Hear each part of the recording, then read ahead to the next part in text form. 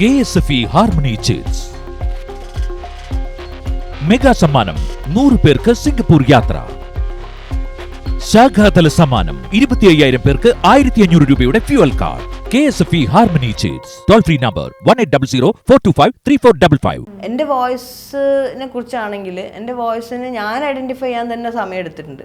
പിന്നെ നമുക്ക് ബാക്കിയുള്ളവർ ഐഡൻറ്റിഫൈ ചെയ്യണമെന്ന് വാശി പിടിക്കാൻ പറ്റില്ലല്ലോ. പിന്നെ അത്രയും ഇപ്പം വോയിസ് തിരിച്ചറിയാന്നൊക്കെ പറഞ്ഞാൽ അത്രയും നമ്പർ ഓഫ് സോങ്സ് എന്നൊക്കെയാണ് ആൾക്കാർക്ക് വോയിസ് എന്ന് പറഞ്ഞ സാധനത്തിനോട് പരിചയം വരിക.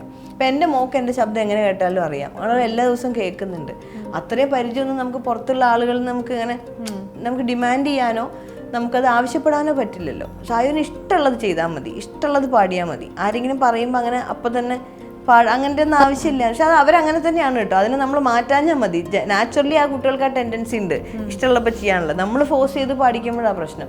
അപ്പോൾ ഇപ്പം എന്താ വെച്ചാൽ ആളുകൾ അസ്യൂം ചെയ്യുന്നത് ഞാനിങ്ങനെ പാടാൻ പോകുന്നുണ്ട്, അപ്പോൾ അതുകൊണ്ട് അവൾ പാടും എന്നുള്ളൊരു അസംഷനിൽ വിളിക്കുന്ന ആൾക്കാരുണ്ട്. പാട്ട് പോലും കേട്ടിട്ടുണ്ടാവില്ല. അപ്പോൾ അത് ആ കുട്ടിക്ക് കൊടുക്കുന്ന ഒരു പ്രഷറല്ലേ. ഡ്രൈവർ എന്ന് പറയുമ്പോൾ നമ്മുടെ മനസ്സിൽ ആദ്യം വരിക മെയിലാണ്, ടീച്ചർ എന്ന് പറയുമ്പോൾ സ്ത്രീയാണ്. അപ്പോൾ അത് ഇന്ന ജോലികൾ ഇന്ന ആളുകൾക്ക് എന്നുള്ളൊരു പാറ്റേൺ, ആ വർക്കിംഗ് പാറ്റേൺ, രാത്രി പകൽ വ്യത്യാസമില്ലാണ്ട് വർക്ക് ചെയ്യുന്ന ജോലികൾ സ്ത്രീകൾ ഓപ്റ്റ് ചെയ്യാതിരിക്കുക, അങ്ങനെ വന്നിട്ടുള്ളതിൻ്റെ ഭാഗമാണ് ഇതും. സാഹചര്യം കൊണ്ട് ചില ഷോസിനൊക്കെ ഞാൻ പോകുമ്പോൾ സ്റ്റേജിൽ നിൽക്കുമ്പോൾ പോലും ഇവളെവിടെ ഇരിക്കുന്നുണ്ടാവുക, ഭക്ഷണം കഴിക്കാൻ ഇതാക്കണ, ഈ സമയത്ത് ഡ്രസ്സ് ചെയ്തിട്ടുണ്ടാവുമോ, ഇപ്പോൾ കുളിക്കാമോ, ഇതിങ്ങനെ വന്നുകൊണ്ടിരിക്കും. അത് എന്തൊക്കെ വന്നു കഴിഞ്ഞാലും നമ്മളുടെ പെർഫോമൻസിനെയും നമ്മളുടെ ആലോചനകളെയും ബാധിക്കുക തന്നെ ചെയ്യും.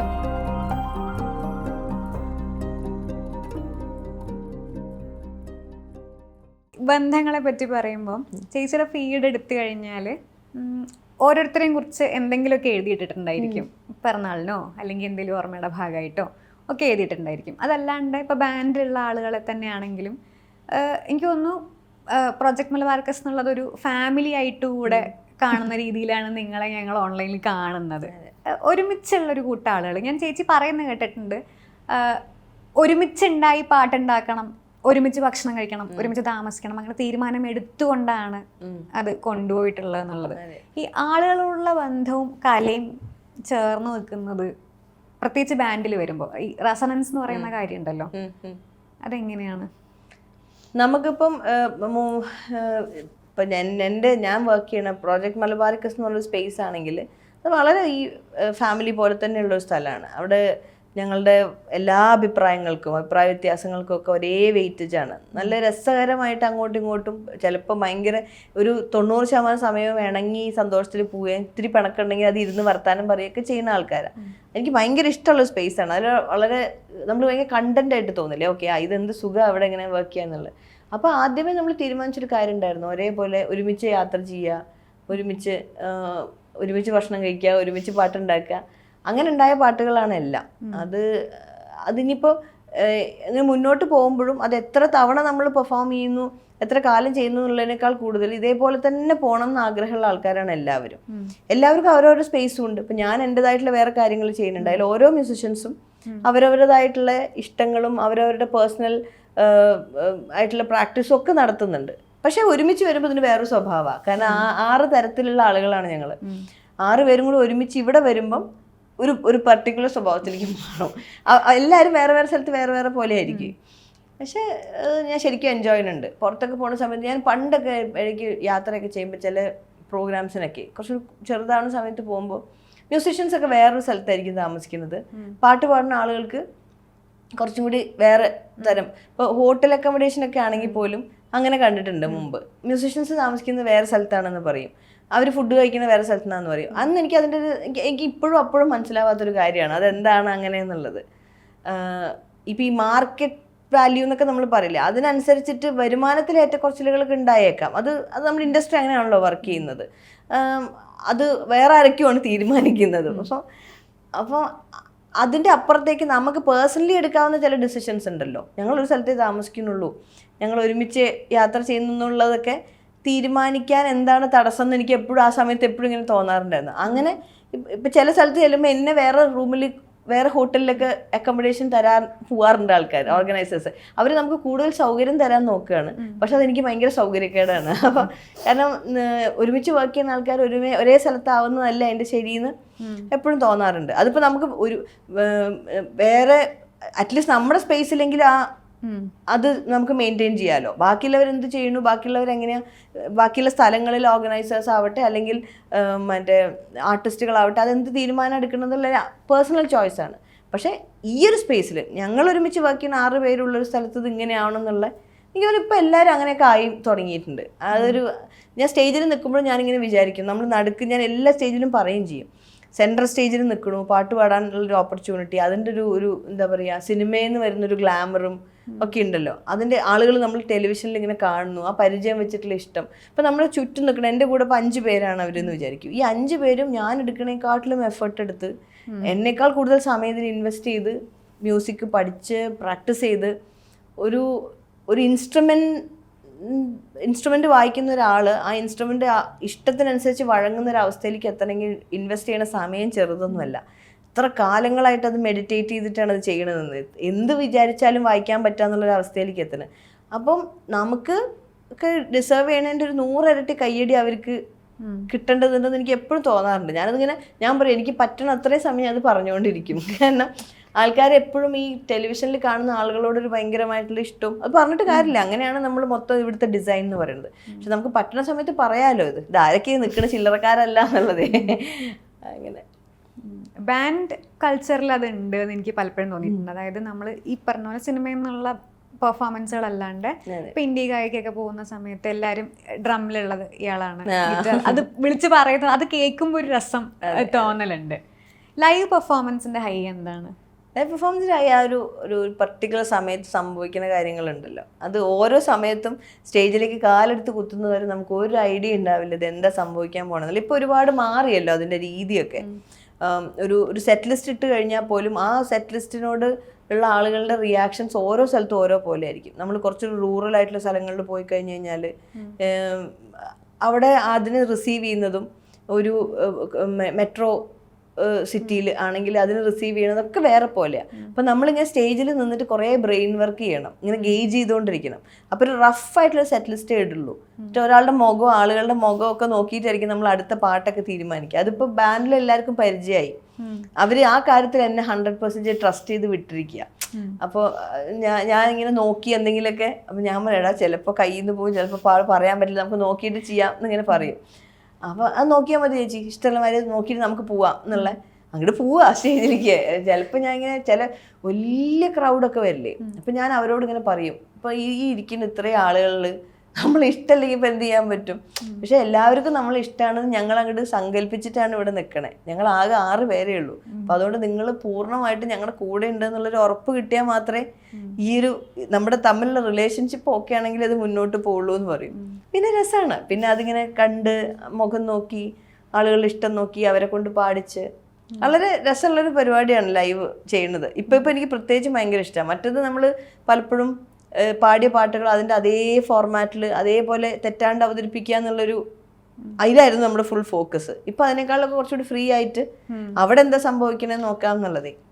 അവിടുത്തെ ഒരു മ്യൂസിക്കിൻ്റെ ഒരു എന്താ പറയുക, അതിൻ്റെ ഒരു ഫൈനായിട്ടുള്ള എന്നേക്കാളൊക്കെ കൂടുതൽ കുറച്ച് ഓർഗാനിക്കായിട്ട് എന്താ സംഭവിക്കണം എന്നുള്ളത് അറിയാൻ പറ്റുമല്ലോ. അത് രസം. അവരും പാടും, ചിലപ്പോൾ അവരുടെ ഇടയിൽ പോയി നിൽക്കും നമ്മൾ, അങ്ങനെ അവരും എൻജോയ് ചെയ്യാനാണ് വരുന്നത്. അവരും മേ ബി നല്ല അവരുടെ ലൈഫിൽ ഒരു വളരെ രസമുള്ള സമയമായിരിക്കും സ്പെൻഡ് ചെയ്യണത്. ഇപ്പോൾ പെൺകുട്ടികളും ചേച്ചിമാരൊക്കെ പണ്ട് നമ്മൾ അങ്ങനെ കാണുകയില്ലേ അവർ ഡാൻസ് ചെയ്യണതൊക്കെ. അപ്പോൾ ഇവരൊക്കെ എല്ലാം രസമായിട്ട് ഇങ്ങനെ എൻജോയ് ചെയ്ത് ഡാൻസ് കളിച്ച്. കഴിഞ്ഞ ദിവസം പോയപ്പം മറ്റേ ബിന്ദു മിനിസ്റ്ററും അവരെ എല്ലാവരും ഉണ്ടായിരുന്നു. അപ്പോൾ നോക്കുമ്പോൾ ചില സമയത്ത് ഈ ഫ്രണ്ട് റോയിലുള്ള ആൾക്കാർ ഫുള്ള് ഒരു പകുതി വരേക്കും ഭയങ്കരമായിട്ടുള്ള ഇങ്ങനെ പിടുത്തായിരിക്കും അവർക്ക്. ഞാൻ ഇത്രയും മസിൽ പിടിക്കരുതെന്ന് തമാശയ്ക്ക് പറയും. ഞാൻ ബാക്കിലുള്ള ആളുകൾ ഫുള്ള് സന്തോഷമായിട്ടിരിക്കുകയാണ്, അപ്പോൾ അവരുടെ ആ ഒരു എനർജീനെ നിങ്ങൾ ഇതുവഴി കടത്തി വിടാതിരിക്കരുത് എന്ന് പറയും. പക്ഷെ ഇപ്പോഴൊക്കെ ചിലപ്പോൾ ഫ്രണ്ട് റോ മുതലേ എല്ലാവരും ഇങ്ങനെ ഇപ്പോൾ ഇതിൻ്റെ പ്രോബ്ലം എന്താ വെച്ചാൽ ഇതേ സാധനം തന്നെ റെക്കോർഡ് ചെയ്തിട്ട് നമ്മൾ വേറൊരു സന്ദർഭത്തിൽ അല്ലെങ്കിൽ ഓൺലൈനിൽ കാണുമ്പോൾ ഇത് ഇത്രയും ആസ്വാദ്യകരമായിട്ട് തോന്നിക്കൊള്ളുന്നില്ല. ആളുകൾക്ക് ചിലപ്പോൾ അരോചകമായിട്ട് തോന്നിയേക്കാം. അങ്ങനെ പറയുന്നവരുണ്ട്, ഇതെന്താണ് ഈ പേക്കൂത്ത് അങ്ങനെ കണ്ടിട്ടില്ലേ, കമൻസ് ഇടുമല്ലോ ആളുകൾ. അതിൻ്റെ പ്രശ്നം എന്ന് വെച്ചാൽ അവരവിടെ ഇല്ലല്ലോ. അവരുടെ റൂമിലിരുന്നിട്ട് അവർ വേറൊരു മാനസികാവസ്ഥയിൽ ഇത് കാണുമ്പോൾ കോമാളിത്തരൊക്കെ ആയിട്ട് തോന്നിയെന്ന് വരാം.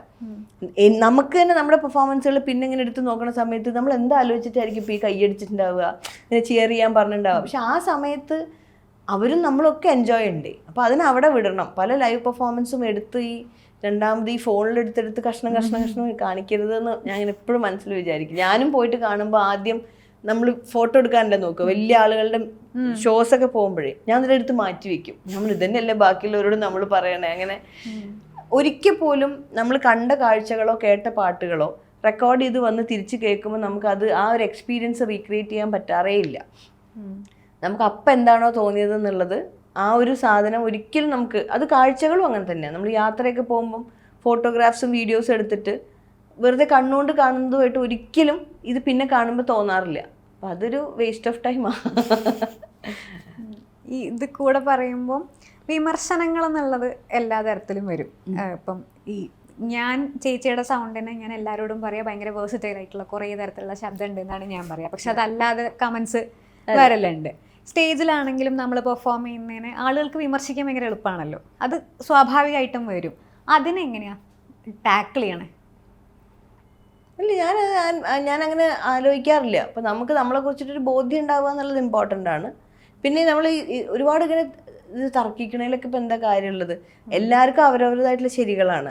ഇപ്പം അനഘ വിചാരിക്കുന്ന ഐഡിയ എന്ന് പറയുന്നത് അനഘയുടെ ഇത്രയും നാളുകൊണ്ട് ഉള്ള മനസ്സിലാക്കിയ കാര്യങ്ങൾ എന്നുള്ളത് ശരിയാണ്. എനിക്ക് എൻ്റെതായിട്ടുള്ള ശരികളുണ്ട്. അവരെ സംബന്ധിച്ചുള്ള അവർക്ക് അവർ പറഞ്ഞത് ശരി എന്നാണ് തോന്നുന്നത്. അത് എന്തിനാ വെറുതെ നമ്മൾ പോയിട്ട് ഡിസ്റ്റർബ് ചെയ്തിട്ട് അതിനൊക്കെ നമ്മൾ ഓരോന്നിനും മറുപടി പറയുക, സ്വയം എക്സ്പ്ലെയിൻ ചെയ്യുക എന്നുള്ളതൊക്കെ അത് നിർത്തും നമ്മളൊരു പോയിന്റ് കഴിയുമ്പോഴേ. അപ്പം എനിക്കങ്ങനെ തോന്നാറില്ല. എൻ്റെ വോയിസിനെ കുറിച്ചാണെങ്കിൽ എൻ്റെ വോയിസിന് ഞാൻ ഐഡൻറ്റിഫൈ ചെയ്യാൻ തന്നെ സമയം എടുത്തിട്ടുണ്ട്. പിന്നെ നമുക്ക് ബാക്കിയുള്ളവർ ഐഡൻറ്റിഫൈ ചെയ്യണമെന്ന് വാശി പിടിക്കാൻ പറ്റില്ലല്ലോ. പിന്നെ അത്രയും ഇപ്പം വോയിസ് തിരിച്ചറിയാന്നൊക്കെ പറഞ്ഞാൽ അത്രയും നമ്പർ ഓഫ് സോങ്സ് എന്നൊക്കെയാണ് ആൾക്കാർക്ക് വോയിസ് എന്ന് പറഞ്ഞ സാധനത്തിനോട് പരിചയം വരിക. ഇപ്പം എൻ്റെ മോക്ക് എൻ്റെ ശബ്ദം എങ്ങനെ കേട്ടാലും അറിയാം, അവൾ എല്ലാ ദിവസവും കേൾക്കുന്നുണ്ട്.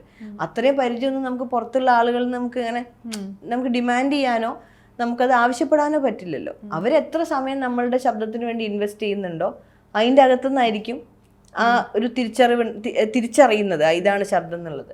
അങ്ങനെയുള്ളവർക്ക് മനസ്സിലാവും. അല്ലാത്തവർക്ക് ഇപ്പം ഇഷ്ടക്കേടുണ്ടെങ്കിൽ ഇഷ്ടക്കേടുകളെ ഞാൻ റെസ്പെക്ട് ചെയ്യുന്നുണ്ട്. അതിപ്പം പിന്നെ ഇതൊന്നും ഈ ലൈഫ് ത്രെട്ടനിങ് ആയിട്ടുള്ള കാര്യമല്ലല്ലോ, നമ്മൾ ആർട്ടാണല്ലോ പ്രാക്ടീസ് ചെയ്യണത്. അപ്പം അതുകൊണ്ട് അതിൻ്റെ മുകളിൽ നിന്ന് അങ്ങനെ ഗുസ്തി പിടിക്കേണ്ടെന്ന് എനിക്ക് തോന്നിയിട്ടില്ല. അതിന് വേണ്ടിയിട്ട് നമ്മളൊരു വാദിക്കുക, നമ്മൾ ഇന്നതാണ് ചെയ്യുന്നത്, നമ്മളുടെ ശരികൾ ഇതാണെന്ന് വാദിക്കുന്നതിലൊന്നും കാര്യമില്ല. ഇഷ്ടമുള്ളവർ അത് എടുക്കട്ടെ. അവർ കേൾക്കുമ്പോൾ അവർക്ക് ഏതെങ്കിലും സമയത്ത് അത് നമ്മുടെ പാട്ടുകൾ സപ്പോർട്ട് ആവുന്നുണ്ടെങ്കിൽ, അവരുടെ ഏതെങ്കിലുമൊക്കെ ഒരു ഇമോഷൻസിന് അത് പാമ്പർ ചെയ്യുന്നൊക്കെ ഉണ്ടെങ്കിൽ അത്രയും നല്ലത്. അത് ഗുഡ് ടു നോ ദാറ്റ്. അതൊരു സന്തോഷമാണ്. ഒരാൾ വന്ന് പറയുകയാണ് നിങ്ങളുടെ പാട്ട് ഞങ്ങൾക്ക് ഇന്ന സമയത്ത് കേട്ടപ്പോൾ സന്തോഷം തോന്നി പറഞ്ഞു കഴിഞ്ഞാൽ ഭയങ്കര സംതൃപ്തിയും സന്തോഷവും നമുക്ക്. ഇല്ലെങ്കിലും ഇറ്റ്സ് ഓക്കെ. ഇത് പറയുമ്പോൾ മോളെ കുറിച്ച് പറഞ്ഞുകൊണ്ട് ഞാൻ എൻ്റെ ചോദ്യത്തിൻ്റെ ഓർഡർ മാറ്റാണ്. ഞാൻ 2 കാര്യങ്ങളാണ് ചോദിക്കാൻ ഉദ്ദേശിക്കുന്നത്. ഒന്ന്, അവൾ ഇപ്പം പാടാൻ തുടങ്ങി. അപ്പം കുട്ടികളെ പാട്ട് പഠിപ്പിക്കുന്ന ഒരുപാട് പേരുണ്ടാവുമല്ലോ, അവരോട് എന്താണ് പറയാനുള്ളത്? ഓൾസോ ഇവൾ എങ്ങനെയാണ് പാട്ട് പഠിപ്പിക്കാൻ ഉദ്ദേശിക്കണം? സായു പാടാൻ തുടങ്ങിയ പറഞ്ഞാൽ സായു എല്ലാ കുട്ടികളും പാടുന്ന കുട്ടികളാണ്. നമ്മുടെ പരിചയത്തിൽ എല്ലാ കുട്ടികളും, എല്ലാ അമ്മമാർക്കും അച്ഛന്മാർക്കും അവർ കുട്ടികൾ എന്തെങ്കിലുമൊക്കെ ഒരു പാട്ട് പാടി കൊടുക്കും എന്ന് പറയുമ്പോൾ എന്തെങ്കിലുമൊക്കെ അങ്ങനെയൊക്കെ പാടുന്ന കുട്ടി തന്നെയാണ് സായു. ഇതിൻ്റെ ഞാൻ എപ്പോഴും വിചാരിക്കുന്ന ഒരു കാര്യമുണ്ട്. ഇപ്പം നമ്മൾ അവൾക്കൊരു പ്രഷർ കൊടുക്കുന്നുണ്ട് ആവശ്യമില്ലാണ്ട്. പുറത്തുനിന്ന് ആരെങ്കിലും ചോദിക്കുമ്പോൾ നല്ലോണം പാടുമല്ലേ, അപ്പം ഞാൻ ആയിരിക്കും നല്ലോണം പാടുമെന്ന് പറയാനുള്ള ഒന്നും അവൾ പാടിയിട്ടില്ല. അങ്ങനെ അവൾ പാട്ട് ഇഷ്ടപ്പെടുന്ന, പാട്ട് കേൾക്കാൻ ഇഷ്ടമുള്ള, മ്യൂസിക്കൊക്കെ കേൾക്കാൻ ഇഷ്ടമുള്ളൊരു കുട്ടിയാണ്. അപ്പോൾ ചെറിയ കുട്ടിയാകുമ്പോൾ എന്താ വെച്ചാൽ പാടുന്നൊക്കെ പറയുമ്പോൾ ഓക്കെയാണ്. ഇപ്പോൾ അവളും മുതിർന്നിങ്ങനെ വരികയല്ലേ. അപ്പോൾ ഞാൻ എപ്പോഴും വിചാരിക്കുന്ന ഒരു കാര്യമുണ്ട്, സായുവിന് ഇഷ്ടമുള്ളത് ചെയ്താൽ മതി, ഇഷ്ടമുള്ളത് പാടിയാൽ മതി. ആരെങ്കിലും പറയുമ്പോൾ അങ്ങനെ അപ്പം തന്നെ അങ്ങനത്തെ ഒന്നും ആവശ്യമില്ല. പക്ഷെ അത് അവരങ്ങനെ തന്നെയാണ് കേട്ടോ. അതിനെ നമ്മൾ മാറ്റാഞ്ഞാൽ മതി. നാച്ചുറലി ആ കുട്ടികൾക്ക് ആ ടെൻഡൻസി ഉണ്ട് ഇഷ്ടമുള്ളപ്പോൾ ചെയ്യാനുള്ളത്. നമ്മൾ ഫോഴ്സ് ചെയ്ത് പാടിക്കുമ്പോഴാണ് പ്രശ്നം. അപ്പോൾ ഇപ്പം എന്താ വെച്ചാൽ ആളുകൾ അസ്യൂം ചെയ്യുന്നത് ഞാനിങ്ങനെ പാടാൻ പോകുന്നുണ്ട്, അപ്പം അതുകൊണ്ട് അവൾ പാടും എന്നുള്ളൊരു അസംഷനിൽ വിളിക്കുന്ന ആൾക്കാരുണ്ട്. പാട്ട് പോലും കേട്ടിട്ടുണ്ടാവില്ല. അപ്പം അത് ആ കുട്ടിക്ക് കൊടുക്കുന്ന ഒരു പ്രഷറല്ലേ. നമ്മളിപ്പോൾ ഇന്ന ജോലി ചെയ്യുന്ന ആൾക്കാരുടെ മക്കൾ ഇന്ന കാര്യം ചെയ്യണമെന്ന് പറയണത് പോലെ തന്നെയാണ് പാട്ട് പാടുന്ന. അപ്പോൾ അവൾക്ക് ഞാൻ എന്നിട്ട് പറഞ്ഞിട്ടുണ്ട് സായുവിൻ്റെ അടുത്ത്, പിന്നെ ഇതൊക്കെ എളുപ്പമാണെന്നും വിചാരിക്കാൻ പാടില്ലല്ലോ. അപ്പം അതും സായുവിനോട് ചെയ്യണ തെറ്റല്ലേ. ഇപ്പം മോളാണെങ്കിലും സ്റ്റുഡിയോയിൽ പോവുക, മിഥുൻ്റെയും എൻ്റെയൊക്കെ മക്കൾ, അത് ദക്ഷിണയുണ്ട്, അവളും അസലായിട്ട് പാടും. ദക്ഷിണയും സായുവിനൊക്കെ സ്റ്റുഡിയോയിൽ പോയപ്പോൾ ഇവർ ആദ്യം തന്നെ പറയുന്നത് അവിടെ കട്ട് ചെയ്തെടുത്താൽ പോരെന്ന് ചോദിക്കുക. ഞാൻ കട്ട് ചെയ്തെടുക്കുക, ഇത് എവിടെ നിന്ന് കേട്ടിട്ടാണ് അവിടെ നിന്ന് ഇവിടുന്ന്. അപ്പം ഇതിൻ്റെയൊക്കെ ഒരു എന്താ പറയുക, നമ്മളല്ലാണ്ട് വേറെയും കുട്ടികളെ കാണുന്നുണ്ട് ഇതേപോലെ. അപ്പം ഞാൻ നേരത്തെ എൻ്റെ കൂടെ വർക്ക് ചെയ്യുന്ന മ്യൂസിഷ്യൻസിന് പറഞ്ഞ മാതിരി ഫുൾ ടൈം ഇതിനു വേണ്ടി ഫോക്കസ് ചെയ്ത് പ്രാക്ടീസ് ചെയ്ത് വരുന്ന കുട്ടികളുണ്ട്. അപ്പോൾ ഇതിന് ബൈപ്പാസ് ചെയ്യാൻ പാടില്ലല്ലോ. ആ ഒരു പ്രോസസ്സിനെ നമ്മൾ ഒരിക്കലും, ഞാൻ എപ്പോഴും മനസ്സിൽ വിചാരിക്കുന്ന കാര്യമുണ്ട്. ഇപ്പം എൻ്റെ ഈ പ്രായത്തിൽ നിന്നിട്ട് എനിക്കിപ്പോൾ തോന്നുന്ന കാര്യങ്ങൾ ഒരിക്കലും ഞാൻ സായുവിനോട് അങ്ങനെ പറഞ്ഞു കൊടുക്കുന്നതിൽ കാര്യമില്ല. അവളുടെ ഗ്രോത്തിൻ്റെ ഭാഗമായിട്ട് അവൾ തന്നെ മനസ്സിലാക്കി വരേണ്ട കുറേ കാര്യങ്ങളുണ്ട്. അല്ലാണ്ട് ഈ ഒരു അണ്ടർസ്റ്റാൻഡിങ് എടുത്തിട്ട് അവളുടെ ആ പ്രായത്തിൽ കുത്തിവെക്കുക എന്ന് പറയുന്നത് അവളുടെ പാട്ടുപടുത്തം ആണെങ്കിലും അവൾ ചെയ്യാനുള്ള ശരികൾ ചെയ്യണം, തെറ്റുകൾ ചെയ്യണം, വളരെ കൺവെൻഷനൽ ആയിട്ടുള്ള പഠന രീതിയിൽ കൂടെ അവൾ കടന്നു പോകണം. ഇതൊക്കെ കഴിഞ്ഞ് വരുമ്പോഴേ അവനവൻ്റെതായിട്ടുള്ളൊരു വിചാരം ഉണ്ടാവുള്ളൂ ഇതിനെ കുറിച്ചിട്ട്. അല്ലാണ്ട് ഞാനിപ്പോൾ ഇങ്ങനെയാണ് മോളെ വോയിസ് ഇങ്ങനെ ഉപയോഗിക്കേണ്ടതെന്നൊക്കെ ഇപ്പോൾ ഇതൊന്നും ആയിരിക്കില്ല ചിലപ്പോൾ 5 കൊല്ലം കഴിഞ്ഞ് എനിക്ക് തോന്നുക. അപ്പം അങ്ങനെ ഞാൻ ഒന്നും പറയാറില്ല. സായുന ഇപ്പോഴും വളരെ എന്താ പറയുക, ഇവിടുത്തെ ശരിയായിട്ടുള്ള ട്രെയിനിങ് രീതികളുണ്ടല്ലോ, കൺവെൻഷനൽ ആയിട്ടുള്ള രീതികളുണ്ടല്ലോ, പാട്ട് ഇരുന്ന് പഠിച്ച് പ്രാക്ടീസ് ചെയ്ത് അത് ചെയ്യാനാ മാത്രമേ ഞാൻ നിർബന്ധം പറയാറുള്ളൂ. ഞാൻ എന്ത് ചെയ്യുമ്പോഴും ഏത് കാര്യം ചെയ്യുമ്പോഴും അത് പ്രാക്ടീസ് ചെയ്യുക, അതിനുള്ള എഫർട്ട് എടുക്കുക. അതിനൊരു ഷോർട്ട് കട്ടില്ല. ഹാർഡ് വർക്കിന് ഒരു തരത്തിലുള്ള ഷോർട്ട് കട്ടുകളും ഇല്ല. പാട്ടൊക്കെ റെക്കോർഡ് ചെയ്യൽ ഇപ്പോൾ വളരെ എളുപ്പമാണ്. ഒന്ന് ഏതാണ്ടൊക്കെ ഒന്ന് മൂളിക്കഴിഞ്ഞാൽ തന്നെ അതിനെയൊക്കെ ശരിയാക്കിയിട്ട് ഒരു പാട്ടിൻ്റെ രൂപത്തിൽ പുറത്ത് കൊണ്ടുവരാൻ പറ്റും. അപ്പോൾ അങ്ങനെ ഒരുപാട് ചെയ്യണതിൽ കാര്യമില്ല. അതൊക്കെ ചെയ്ത് നല്ലോണം പഠിച്ച് പിന്നെ അതിൻ്റെ ഗ്രാമറൊക്കെ തെറ്റിക്കണം. എന്നാൽ ഓക്കെ. അറിഞ്ഞിട്ടാണല്ലോ തെറ്റിക്കുക, അല്ലാണ്ട്. അപ്പോൾ അത് മാത്രമേ പറയാറുള്ളൂ. പിന്നെ പുറത്തുനിന്ന് ആരെങ്കിലുമൊക്കെ ഈ സ്റ്റേജിൽ പാടിക്കുമോ എന്നൊക്കെ ചോദിക്കും സായുവിനോട്. ചില ഫങ്ഷൻസിന് ചാനലിനൊക്കെ കൊണ്ടുവരും. അപ്പോൾ ഞാൻ അതിനായിട്ടില്ല അവള്. പിന്നെ എല്ലാ റെക്കോർഡിങ്സിനും എന്നോട് വരുമോ എന്നും ചോദിക്കും. വന്നിട്ട് ആ ഒരു ഫോർമാറ്റൊക്കെ ഉണ്ട്, അതിനിങ്ങനെ ഇരുന്നിട്ട് ഞാൻ സായുവിന് ഹെഡ്ഫോൺ എടുത്ത് കൊടുക്കുന്നു, നടക്കുന്നു. അതൊക്കെ വീഡിയോ ഒക്കെ എടുക്കാൻ വേണ്ടിയിട്ടായിരിക്കണം മേ ബി. അപ്പം അതൊന്നും അങ്ങനെ ചെയ്യണത് ശരിയല്ല എന്നാണ് ഞാൻ വിചാരിക്കണേ. അവൾ അവളുടേതായിട്ടൊരു രീതിയിൽ എന്താണോ ചെയ്യേണ്ടത് നോക്കാം എന്നേ ഉള്ളൂ. ഓൾസോ അതിനോട് ചേർത്ത് പറയാനുള്ളതാണ് എനിക്ക്. ഞാൻ സായുവിനെ ആദ്യം ഞാൻ കാണുന്നത് ചേച്ചീനെ പാട്ട് പഠിപ്പിക്കണ ഒരു വീഡിയോ ഉണ്ടായിരുന്നു. ഞാൻ കോളേജിൽ പഠിക്കുന്ന കാലത്താണ് അത് കാണുന്നത്. അന്ന് എനിക്കറിയാം. പിന്നീട് ഞാനും വളരുന്നതിൻ്റെ കൂടെ ഞാൻ ആലോചിക്കുന്ന സമയത്ത് 18 വയസ്സ് കഴിയാത്ത കുട്ടികൾ സോഷ്യൽ മീഡിയയിൽ എക്സ്പോസ്ഡ് ആവാന്ന് പറയുന്ന ഒരുപാട് പേര് കാണുകയാണ്. ചേച്ചീനെ അറിയുന്ന എല്ലാവരും സായുവിനെ അറിയുന്നുണ്ട്. പക്ഷെ അതൊരു തരത്തിൽ തെറ്റാണല്ലോ. അത് അവരത്ര എക്സ്പോസ്ഡ് ആവേണ്ട കാര്യമില്ല. അവരുടെ എന്താ പറയുക കൺസെൻറ്റോടുകൂടെ അല്ലല്ലോ സംഭവിക്കണേ. അപ്പം ഇതിനൊരു ലിമിറ്റ് വേണ്ടേ? തീർച്ചയായിട്ടും. അതാ ഞാൻ പറഞ്ഞു. നമ്മളിപ്പോൾ കുഞ്ഞുങ്ങളായിരിക്കുന്ന സമയത്തെ നമ്മൾ ഈ പറഞ്ഞ ഒരു പാരൻസിൻ്റെ ഒരു കൗതുകമുണ്ട് എല്ലാത്തിനും. അവർ ചെയ്യണ എല്ലാം അടിപൊളി സൂപ്പറാന്ന് തോന്നുന്നു. അപ്പോൾ അവൾ ഏതൊരു വീഡിയോ എടുത്തിട്ട് ഇങ്ങനെ അമ്മയുടെ ഫോണിലെടുത്ത വീഡിയോ എടുത്ത് ഞാൻ ഇങ്ങനെ പോസ്റ്റ് ചെയ്തിട്ടുണ്ടായിരുന്നു. ഇങ്ങനെ ഭക്ഷണം കഴിക്കുന്നതിനെ പറ്റിയിട്ട് എന്തോ ഒരു വീഡിയോ. അന്നൊക്കെ കുഞ്ഞാണ്. പിന്നെ ഇതേമാതിരി ആ പാട്ട് പഠിപ്പിക്കുമ്പോഴും ചെറിയ കുട്ടിയാണ് അന്ന്. അപ്പോൾ എൻ്റെ ബ്രദർ തന്നെയാണ് ആ വീഡിയോ എടുത്ത് ഉണ്ടായിരുന്നത്. അപ്പോൾ അന്നൊക്കെ നമുക്കിതിങ്ങനെ ഭയങ്കര കൗതുകമായിട്ട് തോന്നുമ്പോൾ ആ സമയത്ത് ഞാൻ പോസ്റ്റ് ചെയ്യുമായിരുന്നു. ഇപ്പം ഞാൻ ഇങ്ങനെ വിചാരിക്കുമ്പോൾ ഇപ്പം അവൾക്ക് കുറച്ച് കഴിഞ്ഞ് കഴിഞ്ഞാൽ ഇപ്പം അവൾ സോഷ്യൽ മീഡിയ ഒന്നും ഉപയോഗിക്കാത്ത ഒരാളാണ്, അങ്ങനെ ഫോണ് യൂസ് ചെയ്യുന്നില്ല. പക്ഷെ ഇത് ഇപ്പം തന്നെ അടുത്ത് തന്നെ അത് കാരണം എല്ലാ ഗാഡ്ജറ്റ്സിനോടും എക്സ്പോസ്ഡ് ആണ് അവരെ പഠിത്തം പോലും അങ്ങനെയാണ് നടക്കണേ. അപ്പോൾ ഇപ്പോൾ സോഷ്യൽ മീഡിയ അക്കൗണ്ടുകൾ ഉണ്ടാവും, അത് കാണും, അതിൻ്റെ അകത്തുള്ള നെഗറ്റിവിറ്റി ഒക്കെ കാണാൻ തുടങ്ങും, ഇത്രയും കാലത്തെ കാര്യങ്ങളൊക്കെ വായിക്കാൻ തുടങ്ങും. അപ്പോൾ ഞാനത് ശരിക്കും ഒന്നങ്ങനെ ഞാനിങ്ങനെ വിചാരിക്കും അങ്ങനെ ചെയ്യാൻ പാടില്ലല്ലോ എന്നുള്ളത്. അവളെ സംബന്ധിച്ചിടത്തോളം അവളാണ് ഇനി ഡിസൈഡ് ചെയ്യേണ്ടത് അവളെന്താണ്, അവളെ എങ്ങനെ ആളുകളുടെ മുമ്പിൽ അവതരിപ്പിക്കണം എന്നൊക്കെ ഉള്ളത്. അപ്പം ചില സമയത്ത് ഈ കണ്ടിന്യൂസ് ആയിട്ട് നമ്മൾ കുട്ടികളെ ഇങ്ങനെ ഈ എന്താ പറയുക അവരുടെ അറിവില്ലാണ്ടോ അല്ലെങ്കിൽ ഇങ്ങനെ സോഷ്യൽ മീഡിയയിൽ വരുന്നതിനെ കുറിച്ചിട്ട് അത് ഭാവിയിൽ എങ്ങനെയാണ് ഇപ്പോൾ അതിൻ്റെ റിസൾട്ട് അറിയാൻ മാത്രമുള്ള ജനറേഷൻസ് വന്നു തുടങ്ങിയിട്ടില്ല. അതായത് ഫുൾ ടൈം സോഷ്യൽ മീഡിയയിലൊക്കെ വരുന്ന കുട്ടികളുണ്ടാവുമല്ലോ, എപ്പോഴും അവരുടെ ആക്ടിവിറ്റീസ് ഒക്കെ വരുന്നത്. അവരെങ്ങനെയാണ് കുറച്ച് കഴിയുമ്പോൾ ഇതിന് എടുക്കുക എന്നുള്ളത് അറിയാൻ മാത്രം കഴിഞ്ഞിട്ടില്ലല്ലോ, ഇപ്പം വന്നിട്ടല്ലേ ഉള്ളൂ. അത് ഭയങ്കര പ്രശ്നമുള്ളൊരു കാര്യമല്ലേ. അത് അറിയില്ല അവരെങ്ങനെ അത് റിയാക്ട് ചെയ്യാൻ പോകുന്നതെന്നുള്ളതോ. ഈ അനുവാദം ഇല്ലാണ്ട് എടുത്ത വീഡിയോനൊക്കെ നമ്മളോട് എന്ത് ക്വസ്റ്റ്യൻ അവർ ചോദിക്കാൻ പോകുന്നതെന്ന് അതിന് നമ്മളെന്ത് മറുപടി പറയുന്ന പോലും പറയാൻ പറ്റില്ല. അപ്പം ഞാനിപ്പോൾ ആ സാധനം അങ്ങനെ ഒഴിവാക്കി പൂർണ്ണമായിട്ടും. അപൂർവം ഏതെങ്കിലും ഒരു ഫോട്ടോ ഇടുമ്പോൾ എൻ്റെ ഒരു കൊതുക്കി ഇടുന്നല്ലാണ്ട് ഞാൻ വെച്ചാൽ അവള് ഇപ്പോൾ സംസാരിക്കാനും ഇൻറ്ററാക്ട് ചെയ്യാനൊക്കെ പറ്റുന്ന ഒരു മനുഷ്യപ്പരുവായേ. അപ്പോൾ അതുകൊണ്ട് അതുപോലെ ഉടലാഴമാണ് കമ്പോസ് ചെയ്തത്. ഈ പറഞ്ഞ പോലെ കമ്പോസർ എന്നുള്ള വാക്കിൻ്റെ ഭാരത്തെക്കുറിച്ച് ചേച്ചി പറഞ്ഞിട്ടുണ്ട്. പിന്നീട് കമ്പോസിങ്ങിലേക്ക് പോയിട്ട് കണ്ടില്ല. സിനിമയിൽ അല്ലേ സിനിമയിൽ പാട്ടുകൾ ചെയ്യാൻ പറഞ്ഞ ഇതാ ഞാൻ പറഞ്ഞത്. അതിന് ഒരുപാട് ടെക്നിക്കലായിട്ടുള്ള കാര്യങ്ങളെക്കുറിച്ച് അറിവ് വേണം. പിന്നെ നല്ല അണ്ടർ പ്രഷർ വർക്ക് ചെയ്യാൻ പറ്റണം അവിടെ. കാരണം നമ്മളുടെ വിചാരമായിട്ടൊരു ബന്ധമില്ലാത്ത കാര്യങ്ങളായിരിക്കും. ഇപ്പോൾ ഉടലാടെന്നൊക്കെ പറഞ്ഞു ഞാൻ, എൻ്റെ ഡയറക്ടർ ഉണ്ണികൃഷ്ണ ആവള ഒരു സുഹൃത്തായിരുന്നു. അദ്ദേഹം പറഞ്ഞ് കൺവിൻസ് ചെയ്തിട്ടാണ്. അപ്പോഴും ഞാൻ പറഞ്ഞു മിഥുൻ ജയരാജും കൂടി കൂടെ വേണം, ഞങ്ങൾ ഒരുമിച്ച് ചെയ്യാം. അപ്പോൾ ഞങ്ങൾക്ക് രണ്ടുപേർക്ക് അങ്ങോട്ടും ഇങ്ങോട്ടും ഈ എന്താ പറയുക ഡെഫിഷ്യൻസീസ് ഉള്ള സ്ഥലങ്ങൾ ഞങ്ങൾ ബാലൻസ് ചെയ്ത് ഇങ്ങനെ പൊക്കോളും എന്നുള്ളൊരു ധൈര്യമുണ്ട്. മറ്റേതെന്താ വെച്ചാൽ സമയത്തിൻ്റെ കൺസ്ട്രെയിൻസ് ഉണ്ടായിരിക്കും. ഇന്ന സമയത്തിനുള്ളിൽ നമ്മൾ കുറേ ഡെലിവറബിൾസ് ഉണ്ടാവുമല്ലോ, ഇന്ന സാധനങ്ങൾ കൊടുക്കണം, പാട്ട്, അതിൻ്റെ BGM എല്ലാം കഴിയണം. അങ്ങനെ ചെയ്യാൻ എനിക്ക് വർക്ക് ചെയ്യാൻ പറ്റില്ല. എനിക്ക് അങ്ങനത്തെ ഒരു ആളല്ല ഞാൻ. അതിനുള്ള അറിവും എനിക്കില്ല. അപ്പം എനിക്ക് കേൾക്കാനും എൻ്റെ സമയത്തിനനുസരിച്ചുള്ള പാട്ടുകൾ ഉണ്ടാക്കാം എന്നല്ലാണ്ട് വേറൊരു മൊത്തം ടീമിൻ്റെയൊക്കെ ആവശ്യങ്ങൾ സാറ്റിസ്ഫൈ ചെയ്യുന്ന രീതിയിൽ ബൃഹത്തായിട്ടുള്ള വർക്കുകൾ അങ്ങനെ ചെയ്യാൻ എനിക്ക് പറ്റില്ല. പിന്നെ അതല്ലാണ്ട് എന്തെങ്കിലുമൊക്കെ നമുക്ക് കറക്റ്റായിട്ട് നമുക്ക് മനസ്സിലാവുന്ന കാര്യങ്ങളൊക്കെ വരികയാണെങ്കിൽ മേ ബി ചെയ്തേക്കാം എന്നേ ഉള്ളൂ. ഞാൻ ജോത്സ്ന ചേച്ചിയോട് ഇതേ ചോദ്യം ചോദിച്ചിട്ടുണ്ട്. ഞാനൊക്കെ പാട്ട് ക്ലാസ്സിൽ പോകുന്ന സമയത്തൊക്കെയും ഞാൻ കൂടുതൽ കണ്ടിട്ടുള്ളത് പെൺകുട്ടികളായിരിക്കും ബൾക്കായിട്ടുണ്ടാവുക. ആൺകുട്ടികൾ വളരെ ചുരുക്കം ആളുകൾ ഉണ്ടാവുള്ളൂ. പക്ഷേ നമ്മൾ ഈ പാട്ട് മേക്കിംഗ് പ്രൊഡക്ഷൻ സൈഡിലേക്ക് വരുമ്പോൾ എൻ്റെ ജീവിതത്തിൽ ഞാൻ ഒരുപാട് പാട്ട് കേട്ടുന്ന പെൺകുട്ടികളെ കണ്ടിട്ടുണ്ട്. പക്ഷെ ഒരാളെ എൻ്റെ ജീവിതത്തിൽ പാട്ട് പഠിക്കാൻ, പ്രൊഡക്ഷൻ പഠിക്കാൻ വേണ്ടി പോയിട്ടുള്ളൂ. ഇത് എണ്ണത്തിൽ വളരെ ചുരുക്കമാണ്. അത് ഞാൻ നോക്കുമ്പോൾ അത് കഴിവില്ലാത്ത ആളുകളല്ല, അവർക്ക് ഉള്ളിലുണ്ടാവും. പക്ഷെ അത് എന്തുകൊണ്ടൊക്കെയോ സംഭവിക്കണില്ല എന്നുള്ളതുണ്ട്. ഈ ക്രിയേഷൻ സംഭവിക്കണില്ല.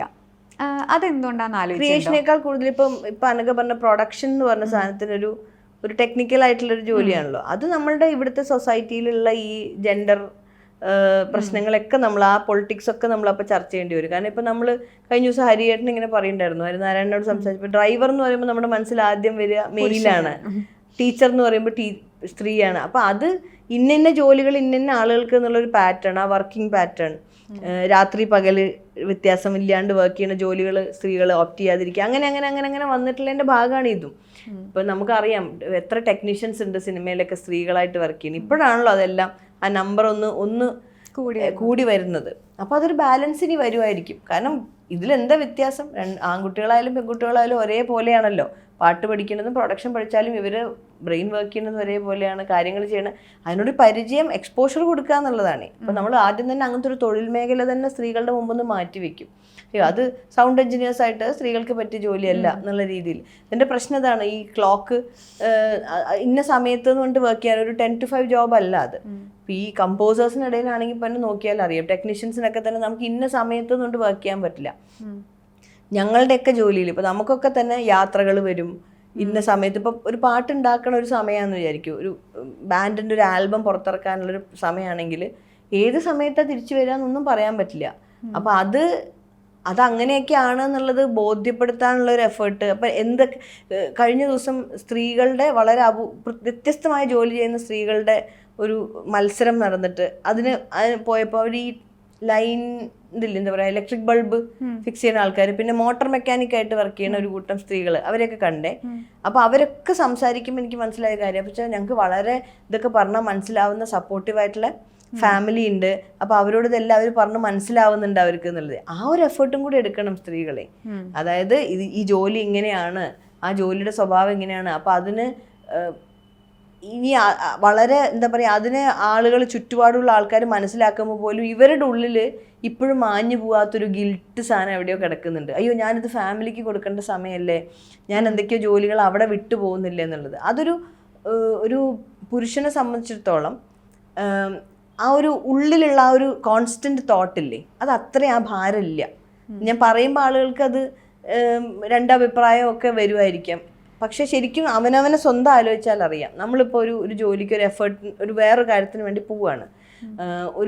ഒരു പുരുഷൻ പുറത്തേക്ക് പോയിട്ട് ആ ചെയ്യുന്ന സമയത്ത് അത്രയ്ക്കും കുട്ടികൾ ഭക്ഷണം കഴിച്ചിട്ടുണ്ടാവോ, അല്ലെങ്കിൽ വീട്ടിലെ സാധനം ശരിയായിട്ടുണ്ടാവോ, അങ്ങനത്തെ തോട്ട്സ് ഇല്ല. ഇങ്ങനെ മൂളക്കന്മാരി വരുന്നത് അത് അത്രയും ഇല്ല ഒരു മെയിലിനെ സംബന്ധിച്ചിടത്തോളം. പക്ഷെ സ്ത്രീകളെ സംബന്ധിച്ചിടത്തോളം എവിടെ പോകുമ്പോഴും, ഇപ്പം ഞാൻ എൻ്റെ മോളെയും കൊണ്ടാണ് ഒരു പ്രോഗ്രാമിന് പോകണമെങ്കിൽ അമ്മയുടെ കൂടെയാണ് അവൾ വീട്ടിലിരിക്കുകയാണെങ്കിൽ ഞാനത് ഭയങ്കര കംഫർട്ടബിളാണ് പാടാനും ഒക്കെ. നേരെ മറിച്ച് സായുര്യം കൊണ്ട് ചില ഷോസിനൊക്കെ ഞാൻ പോകുമ്പോൾ സ്റ്റേജിൽ നിൽക്കുമ്പോൾ പോലും ഇവളെവിടെ ഇരിക്കുന്നുണ്ടാവുക, ഭക്ഷണം കഴിക്കാൻ ഇതാക്കണ, ഈ സമയത്ത് ഡ്രസ്സ് ചെയ്തിട്ടുണ്ടാവുമോ, അപ്പോൾ കുളിക്കാമോ, ഇതിങ്ങനെ വന്നുകൊണ്ടിരിക്കും. അത് എന്തൊക്കെ വന്നു കഴിഞ്ഞാലും നമ്മളുടെ പെർഫോമൻസിനെയും നമ്മളുടെ ആലോചനകളെയും ബാധിക്കുക തന്നെ ചെയ്യും. അപ്പം അത് ചുരുക്കം ചിലർക്ക് അതിനുള്ള പ്രിവിലേജ് കിട്ടുന്നുള്ളേ. അത് വിട്ടിട്ട് ഇപ്പോൾ വീട്ടിൽ അമ്മയെ നോക്കാൻ ഫുൾ ടൈം ഉണ്ടാവണു, അല്ലെങ്കിൽ ഒരാളുണ്ടാവുന്നു, അങ്ങനെയൊക്കെയുള്ള സാധനങ്ങൾ, അതിനുള്ള സൗകര്യങ്ങൾ ഒരുക്കാൻ പറ്റുന്നു, ആളുകളെ ഹയർ ചെയ്യാൻ പറ്റുന്നു. അതില്ലാത്തവർക്കൊക്കെ ഇപ്പോൾ ഈ ടെക്നീഷ്യൻസിൻ്റെ കാര്യം അങ്ങനെയാണ്. ഇത് പഠിച്ചു കഴിഞ്ഞാൽ ജോലി എന്ന് പറഞ്ഞു കഴിഞ്ഞാൽ ഇങ്ങനത്തെ ജോലി ആകുമ്പോൾ ആ ജോലി ചെയ്ത് കഴിഞ്ഞാൽ എങ്ങനെയായിരിക്കും ഇനി അങ്ങോട്ട് മുന്നോട്ടുള്ള ലൈഫ് എന്നൊക്കെ ആലോചിക്കും. ഇപ്പം അത് കുറേ മാറിയിട്ടുണ്ട്. ഇപ്പം ആളുകൾ എല്ലാത്തരം കുട്ടികളൊക്കെ അങ്ങനെ ജോലി ചെയ്യാൻ തുടങ്ങിയിട്ടുണ്ട്. ഞാൻ ഹൈദരാബാദിൽ ഷോന് പോയ സമയത്ത് ലിറിസിസ്റ്റും സൗണ്ട് എഞ്ചിനീയറും ഒക്കെ സ്ത്രീകളായിരുന്നു. അപ്പോൾ ആദ്യമായിട്ട് ഞാനൊരു കൺസോളിലേക്ക് ഇത്രയും സ്ത്രീകളുടെ സ്ഥലത്ത് നടന്നു കയറുന്നത് അടിപൊളിയായിരുന്നു. ഈ പെർഫോമൻസിൻ്റെ കാര്യങ്ങൾ പറയുമ്പോൾ ഇപ്പം ഞാൻ കുറച്ച് കാണുന്നത് കച്ചേരികളാണ്. അത് വളരെ കുറവാണ്. ചേച്ചി കച്ചേരി പാടാൻ പോലുണ്ടോ? ഞാൻ കച്ചേരികൾ ചെയ്യാറുണ്ടായിരുന്നില്ലേ, മുമ്പും ചെയ്യാറില്ല. കുറച്ച് വളരെ ചുരുക്കം ചില കോൺസേർട്സ് മാത്രം. അത് ഞാൻ വളരെ പ്രിപ്പയർ ചെയ്തിട്ടൊക്കെയാണ് ചെയ്തിട്ടുണ്ടായിരുന്നത്. അതിനുള്ളൊരു ധൈര്യം എനിക്കൊരു സമയത്തും വന്നിട്ടില്ല. പിന്നെ കോൺസേർട്സ് കുറവാണോ എന്ന് ചോദിച്ചു കഴിഞ്ഞാൽ എനിക്കറിയില്ല കേട്ടോ. ഞാനിപ്പോൾ ചെന്നൈയിലൊക്കെ പോയാലും നോർത്തിലൊക്കെ പോയി കഴിഞ്ഞാൽ ഹിന്ദുസ്ഥാനി ക്ലാസിക്കൽ മ്യൂസിക് ആണെങ്കിലും കർണാട്ടിക് മ്യൂസിക് ആണെങ്കിലും വളരെ സീരിയസ് ആയിട്ട് പെർസ്യൂ ചെയ്യുന്ന ഒരുപാട് പേരെ കണ്ടിട്ടുണ്ട്. വളരെ പ്രഗത്ഭരായിട്ടുള്ള യങ് മ്യൂസിഷ്യൻസ് ഉണ്ട്. പിന്നെ അതൊരു എനിക്ക് എപ്പോഴും തോന്നിയിട്ടില്ല, ഇപ്പം ഇത്തിരി കുറവായിട്ട് തോന്നിയിട്ടില്ല. ഞാനിപ്പം ശ്രീനാഥ് എന്ന് പറഞ്ഞിട്ട് എൻ്റെ കൂടെ വർക്ക് ചെയ്യുന്ന മ്യൂസിഷ്യൻ ഉണ്ട്, നല്ല വോക്കലിസ്റ്റുമാണ്, ഹാർമോണിയം വായിക്കുക. അപ്പോൾ ശ്രീനാഥൊക്കെ ഹിന്ദുസ്ഥാനി ട്രെയിൻഡ് ആണ്, അവിടെ നോർത്തിൽ തന്നെയായിരുന്നു, കൽക്കട്ടയിൽ തന്നെയായിരുന്നു. അപ്പോൾ ഞങ്ങളിങ്ങനെ പറയും, കുറച്ച് മുമ്പ് ഇവിടെ ഈ മെഹഫിലുകൾ അങ്ങനെ ഇരുത്തം, ഗസൽസ്, അങ്ങനത്തെ ഒരു സമയം ഉണ്ടായിരുന്നു കുറേ കൂടി. അത് കുറച്ച് കുറഞ്ഞിട്ടുണ്ട്. അപ്പം അങ്ങനെ ഇരുന്ന് പീസ്ഫുൾ ആയിട്ട് പാട്ട് കേൾക്കുക എന്ന് പറയുന്നൊരു സാധനേ അങ്ങനെ ഇല്ല. അതായത് ഷോ വരികയാണെങ്കിൽ എല്ലാം ഭയങ്കര ഹ്യൂജാണ്. ഫുൾ പൈറോ വർക്ക്, മറ്റേ സ്റ്റേജിൽ കോൺഫിറ്റി പൊട്ടുക, LED വാള്, അങ്ങനത്തെ സാധനത്തിനോട് ഇതായിട്ട് ആളുകൾക്ക് ചെറുമാതിരിയുള്ള ഇരുത്തോ ഇങ്ങനെയുള്ള സംസാരമോ പറ്റണില്ല. അതിനൊന്ന് റീക്രിയേറ്റ് ചെയ്യണം എന്ന് എനിക്ക് തോന്നാറുണ്ട് എപ്പോഴും. ഞാൻ ഇടയ്ക്ക് പറഞ്ഞില്ലേ, നമുക്ക് ചില സമയത്ത് നമ്മൾ റൂട്ട്സിൽ പോയിട്ട് അവിടെ സെറ്റിൽ ചെയ്യാൻ തോന്നുന്നു, അങ്ങനെ തോന്നാറുണ്ട് എനിക്ക് ചില സമയത്തൊക്കെ. ഒന്ന് ഇരുന്ന് എന്നിട്ട് ഈ ഫോർമാറ്റിലുള്ള പരിപാടികൾ തന്നെ വേണം എന്ന് പറയും ചില ആൾക്കാരെ. അന്നേരം നമ്മൾ അവിടെ ചെന്ന് കഴിയുമ്പോൾ എന്താ വെച്ചാൽ ഓഡിയൻസിലൊരു വലിയ ആളുകൾക്ക് വലിയൊരു ഭൂരിപക്ഷത്തിനും വേണ്ടത് ഭയങ്കര ലൗഡർ ആയിട്ടുള്ള സൗണ്ടും ഒക്കെയാണ്. സൗണ്ട് സ്കേപ്പാണ് ഞാൻ പറയണേ. അപ്പോൾ ഇത് പറഞ്ഞ് മനസ്സിലാക്കേണ്ടത് ഒരു എഫേർട്ടാവും. അതല്ല ഇതാണെന്നൊക്കെ. അപ്പോൾ അങ്ങനെ ചെയ്യാം. അപ്പം നമുക്ക് ഇങ്ങനത്തെ ഇരുത്തങ്ങൾ എപ്പോഴും ചെറിയൊരു കൂട്ടത്തിലേ പറ്റുള്ളൂ. ഒരു 10-200 പേരൊക്കെ ആണെങ്കിൽ നമുക്ക് ഇങ്ങനെ സംസാരിച്ച് മുഖത്തോട് മുഖം നോക്കി അങ്ങനെ പറ്റും. വലിയ ഒരുപാട് ആളുകളാവുമ്പോൾ അതൊരു നടക്കണില്ല. അപ്പം ഞാനൊരു ചില സമയത്ത് ഓഡിയൻസിൻ്റെ അടുത്ത് പഴയ പാട്ടുകളുടെയൊക്കെ ഒരു ഫോർമാറ്റിൽ പ്രോഗ്രാം വേണമെന്ന് പറഞ്ഞിട്ട് പുറത്ത് പോയിട്ട് മിഥുൻ ജയരാജ് ഉണ്ട്. അപ്പം ഞങ്ങളിങ്ങനെ പാടിക്കൊണ്ടിരിക്കുമ്പോൾ ആളുകൾ വേറെ പാട്ടുകൾ ആവശ്യപ്പെട്ടുകൊണ്ടിരിക്കുക. ഇങ്ങനെ പറയുക. അത് വളരെ സൗമ്യമായിട്ടും ഒക്കെ അവരുടെ റിക്വസ്റ്റ് ഇങ്ങനെ വന്ന് ചോദിക്കുകയൊക്കെ ചെയ്യുകയാണ്. ഈ ഫോർമാറ്റ് ഒന്ന് ബ്രേക്ക് ചെയ്ത് മറ്റേ ബഹളത്തിലേക്ക് പോയി. അപ്പോൾ ഞാൻ പറഞ്ഞത്, ഒന്നാമത് ഞങ്ങളെ തീരുമാനമല്ല, ഇത് നിങ്ങൾ തന്നെ തീരുമാനിച്ചതാണ് ഇങ്ങനെ ഒരു പ്രോഗ്രാം വേണമെന്നുള്ളത്. ആ തീരുമാനത്തിൽ ഒന്ന് ഉറച്ചു നിൽക്കെങ്കിലും വേണം പരിപാടി തീരണവരെ. പിന്നെ അടുത്ത കാര്യം എന്താ വെച്ചാൽ, നമ്മൾ എപ്പോഴും ഇങ്ങനെ പരാതികൾ പറയുമല്ലോ, ഫേസ്ബുക്കിലാണെങ്കിലും ഓൺലൈൻ ഇതിൽ കാണാം, സംഗീതത്തിൻ്റെ മൂല്യച്യുതി, പാട്ടുകളുടെ പഴയ പാട്ട് ക്വാളിറ്റി, പുതിയ ക്വാളിറ്റി, അങ്ങനത്തെ ഒരു ആ ഒരു ക്ഷമയോടെ സ്പേസിൽ ഓഡിയൻസിനും അതിനൊരു ചെറിയ റെസ്പോൺസിബിലിറ്റി ഉണ്ട്. അത് പെർഫോമേഴ്സിന് മാത്രമല്ല, ആർട്ടിസ്റ്റുകൾക്ക് മാത്രമല്ല, അത് കേൾവിക്കാർക്കും ഒക്കെ അതിൻ്റെ ഒരു റെസ്പോൺസിബിലിറ്റി ഉണ്ട്. മേ ബി അവരെല്ലാം അവരുടെ പേഴ്സണൽ സ്പേസിൽ എന്താ കേൾക്കണമെന്നല്ല, പക്ഷെ ഇത്തരത്തിലുള്ള പരിപാടികളാണെങ്കിൽ ഡെഡിക്കേറ്റഡ് ആയിട്ടുള്ള ആ പരിപാടികൾക്ക് വേണ്ടവർ മാത്രം ഉണ്ടാവുക എന്നുള്ളതൊരു കാര്യം. അല്ലെങ്കിൽ പിന്നെ എല്ലാത്തിനും പറ്റുന്ന സ്ഥലത്ത് നമ്മൾ ഇതാണ് അവരുടെ ഇഷ്ടം എന്ന് മനസ്സിലാക്കി നമ്മൾ പോകുമ്പോൾ എല്ലാം കഴിയുമ്പം എന്നാൽ പിന്നെ ഒരു വേറെ പാട്ടുകൾ, സോഫ്റ്റ് ആയിട്ടുള്ള പാട്ടുകൾ കേട്ടില്ലല്ലോ എന്നുള്ള പരാതിക്കും അവിടെ സ്ഥാനമില്ല. കാരണം വെച്ചാൽ നമ്മൾക്ക് എപ്പോഴും ഗേജ് ചെയ്യാൻ പറ്റുന്നത് ആളുകളുടെ റിയാക്ഷൻ അനുസരിച്ചിട്ട് മാത്രമാണ് ആ സ്റ്റേജ് എങ്ങനെ കൊണ്ടുപോകണം, മുന്നോട്ട് എങ്ങനെ പാടണം എന്നുള്ളത് തീരുമാനിക്കാൻ പറ്റുക, പർട്ടിക്കുലർലി ആ ഒരു പെർഫോമൻസ്. അപ്പം അത് ഭയങ്കര ട്രിക്കി ആയിട്ടുള്ള സിറ്റുവേഷനാണ്. തല പെരുക്കണ ഒരു കാര്യമാണത്. എത്ര പേരെ നമുക്ക് സാറ്റിസ്ഫൈ ചെയ്യാൻ പറ്റും പാട്ട്, പിന്നെ മ്യൂസിക് പെർഫോമൻസിൽ പലതരം ആൾക്കാരിരിക്കുമ്പോൾ എന്നിട്ടിങ്ങനെ പലതരം കാര്യങ്ങൾ ചെയ്തുകൊണ്ടിരിക്കും നമ്മൾ സ്റ്റേജിൽ. അപ്പം ഞാൻ എപ്പോഴും ആഗ്രഹിക്കുന്ന ഒരു കാര്യമാണ്, ഇപ്പം മുമ്പൊക്കെ ഞാൻ മലപ്പുറത്തൊക്കെ ഉള്ള സമയത്ത് ഉണ്ടായിരുന്ന അങ്ങനെ കുഞ്ഞു ഇരുന്ന് പാടുന്ന സ്ഥലങ്ങളില്ലേ, അങ്ങനെ കുറച്ച് പെർഫോമൻസ് ചെയ്യണമെന്ന് ഞാൻ ജെനുവിൻലി ആഗ്രഹിക്കുന്നുണ്ട്. അപ്പോൾ അതിനുള്ള എല്ലാവർക്കും, ഞങ്ങളുടെ കൂടെയുള്ള എല്ലാവർക്കും ഉണ്ട് അങ്ങനെ കുറച്ച് അൺപ്ലഗ് സെഷൻസ് വേണം. കുറച്ച് പഴയ പാട്ടുകളാവട്ടെ, അല്ലെങ്കിൽ നമ്മളെ ഇൻസ്പയർ ചെയ്ത പാട്ടുകൾ, പിന്നെ ഗസൽസ്, അങ്ങനെ കുറച്ചൊരു എന്താ പറയുക, സ്ലോ ലിവിങ്ങിൻ്റെ ഭാഗമായിട്ട് ചെയ്യുന്ന കാര്യങ്ങളല്ലേ. ആ മാനസികാവസ്ഥയുള്ള കുറച്ച് പേര് വന്നിരുന്നു കഴിഞ്ഞാൽ അത് സുഖമായിട്ട് വർക്കാവും. മേ ബി നല്ല എക്സ്പീരിയൻസ് ആവും അത്. അങ്ങനെ ഞാൻ മനസ്സിൽ പ്ലാൻ ചെയ്യുന്നുണ്ട്. ഞാനത് ആലോചിക്കുമ്പോൾ ഇത് ഞാൻ ലൈവായിട്ട് ചിന്തിച്ചതാണ്. ഇപ്പോൾ ഞാൻ ചായമെട്ടോസിനോട് സംസാരിക്കുമ്പോഴാണെങ്കിലും അല്ലെങ്കിൽ TDT ഇവരോടൊക്കെ സംസാരിക്കുന്ന സമയത്താണെങ്കിൽ ഇവരുടെ കൈൻഡ് ഓഫ് പാട്ട് കേൾക്കാനാണല്ലോ ക്രൗഡ് വരുന്നത്. എനിക്ക് തോന്നുന്നു ഈ എന്താ പറയുക അല്ലാതെ പെർഫോം ചെയ്യുന്നവർക്കാണ് ഈ പ്രശ്നം വരിക എന്ന് തോന്നുന്നു അല്ലേ? അതെ അതെ അതെ. പക്ഷെ ഇപ്പം അതിൻ്റെ ഏറ്റവും വലിയ പ്രശ്നം എന്ന് പറഞ്ഞപ്പം പ്രോജക്ട് മലബാറിക്കസിന് ഒരു സൗണ്ട് ഉണ്ട്. ഇതിന്റെ അവരുടെ ശല്യം എന്ന് പറയുന്നത് ഞാനാ. എപ്പോഴും ബാൻഡ് പെർഫോം ചെയ്യാൻ പോണ സമയത്ത് അവർ ഒരു ചേച്ചിയോട് ഇത് പ്രശ്നം എന്താ വെച്ചാൽ ഞാൻ സിനിമയിൽ പാടിയ പാട്ടും കൂടി വരുമല്ലോ. അത് സത്യത്തിൽ ഇവർ ഈ പാട്ടോ ഈ സൗണ്ട് സ്കേപ്പോ ആയിട്ട് ബന്ധമില്ല. പക്ഷെ ഞാൻ ഉള്ളപ്പോൾ ആളുകൾ എന്താ പ്രതീക്ഷിക്കുക, സിനിമയിൽ അവർ കേട്ട ഏതെങ്കിലും പാട്ട്. ചില ആൾക്കാർക്ക് മാനത്തെ അമ്പിളി ആയിരിക്കും, ചില ആളുകൾക്ക് മറ്റേ പുലരിപ്പൂ ആയിരിക്കും, ചില ആൾക്ക് മോഹമുന്തിരിയാവും. ഇതൊന്നും അല്ലാത്ത വേറെ പാട്ടായിരിക്കും ചില ആൾക്കാർ ചോദിക്കുന്നത്. അപ്പോൾ ഇത് ഞാൻ നോക്കി നോക്കി എനിക്ക് പാടിക്കൊടുക്കാതിരിക്കുക പറഞ്ഞാൽ ശരിയല്ല. അതൊക്കെ കൂടിയാണ് നമ്മളെന്ന് പറയുന്ന ഒരാൾക്ക് ഒരു സ്പേസ് ഉണ്ടാക്കണേ. അപ്പം ഞാൻ അങ്ങനെ കഷ്ണം മുറിച്ച് അതും ഇതും എല്ലാം കൂടി ചെയ്യേണ്ടി വരുവേ.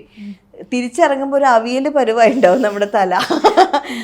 പക്ഷെ അവരെ സംബന്ധിച്ചിടത്തോളം കുറച്ചും കൂടി എന്താ പറയുക, കുറച്ചും കൂടി എന്താ പറയുക ജോണർ സ്പെസിഫിക് ആയിട്ടോ അല്ലെങ്കിൽ അതിൽ തന്നെ നിൽക്കണം എന്നൊക്കെ ആഗ്രഹം ഉണ്ടാവും. അപ്പോൾ അതിന് ഫെസ്റ്റിവൽസിന് പോകുമ്പോൾ എപ്പോഴും നടക്കും. മ്യൂസിക് ഫെസ്റ്റിവൽസിലാണ് നമ്മൾ പെർഫോം ചെയ്യണമെങ്കിൽ അവിടെ ആളുകൾ ആ ഒരു ബാൻഡിനെ കേൾക്കാനായിരിക്കും വരിക. നേരെ കുറച്ച് പബ്ലിക് ഷോസിന് ചെയ്യുമ്പോൾ ഈ ഒരു പ്രശ്നമുണ്ട്. പലപ്പോഴും എന്നെ കൊണ്ടൊരിത്തിരി ബുദ്ധിമുട്ട് അവർക്ക് ഉണ്ടാവും. പക്ഷെ അവരത് വളരെ സ്പോർട്ടീവായി എടുത്തിട്ട് എന്തിനും കൂടെ വായിക്കാൻ പറ്റുന്ന എക്യുപ്ഡ് ആയിട്ടുള്ള ആ കുട്ടികളായതുകൊണ്ട് രസമായിട്ട് അങ്ങനെ പോകും. ഇനി മുന്നോട്ടുള്ളത് എന്താണ്? പ്ലാനുകളായിട്ടില്ല. ഈ വർഷത്തെ ഇങ്ങനെ ഞാൻ 2025 ഇങ്ങനെ തുടങ്ങിയപ്പോൾ ഞാൻ ഇങ്ങനെ വിചാരിച്ചിരുന്നു ഈ വർഷം ഒരു വർക്ക് എന്നുള്ള രീതിയിൽ ഇങ്ങനെ ആക്കാണ്ട് ഈ വർഷം മൊത്തത്തിൽ ഇങ്ങനെ സ്പ്രെഡ് ചെയ്ത് കിടക്കണ പോലെ കുറേ കാര്യങ്ങൾ ചെയ്യണം എന്ന് ആഗ്രഹമുണ്ട് എനിക്ക്. ഒന്നും നടക്കുമെന്നറിയില്ല. പറഞ്ഞ മാതിരി കുറച്ച് യാത്ര ചെയ്യുക, അവിടുന്ന് കുറച്ച് മ്യൂസിക് കേൾക്കുക, അങ്ങനെ കുറച്ച് പാട്ടുകൾ ഉണ്ടാവുക എന്നുള്ള പ്ലാനുണ്ട്. പിന്നെ ചെയ്ത് വെച്ച കുറച്ച് പാട്ടുകളുണ്ട്, ലൈവ് ചെയ്യുന്നുണ്ട്. പക്ഷെ അതൊന്നും ഇപ്പോഴും ഓഡിയോ റിലീസ് ചെയ്തിട്ടില്ല. ആ പാട്ടുകളൊക്കെ ഒന്ന് കംപ്ലീറ്റ് ചെയ്യണം എന്നുണ്ട്. സമാധാനമായിട്ടിരിക്കണം. അതന്നെ. എനിക്ക് ഞാൻ പറഞ്ഞല്ലോ തുടക്കത്തിൽ പറഞ്ഞ പോലെ എൻ്റെ കൂടെ യാത്ര ചെയ്ത ഒരു മ്യൂസീഷ്യൻ ഉണ്ട്. ചേച്ചി പറഞ്ഞിട്ടുണ്ടാവില്ല, പക്ഷെ എൻ്റെ കൂടെ യാത്ര ചെയ്തൊരു മ്യൂസീഷ്യൻ ഉള്ളത്. അത് ഞാനിവിടെ താഴെ വന്ന് ഈ ബഷീറിൻ്റെ ഒക്കെ കൂടെ ഇരിക്കുമ്പോൾ പോലും ലൈക്ക് അത്രയും ജേണിയിൽ ചേച്ചി ഉണ്ടായിട്ടുണ്ട്. അപ്പം ഇനി അങ്ങോട്ട് ചേച്ചി എനിക്ക് സ്പെഷ്യൽ ആയിരിക്കും. എനിക്ക് തോന്നുന്നു ഓഡിയൻസിന് എല്ലാവർക്കും അത് അങ്ങനെ ആയിരിക്കും. മുന്നോട്ട് അങ്ങനെ തന്നെ പോട്ടെ. Thank you so much.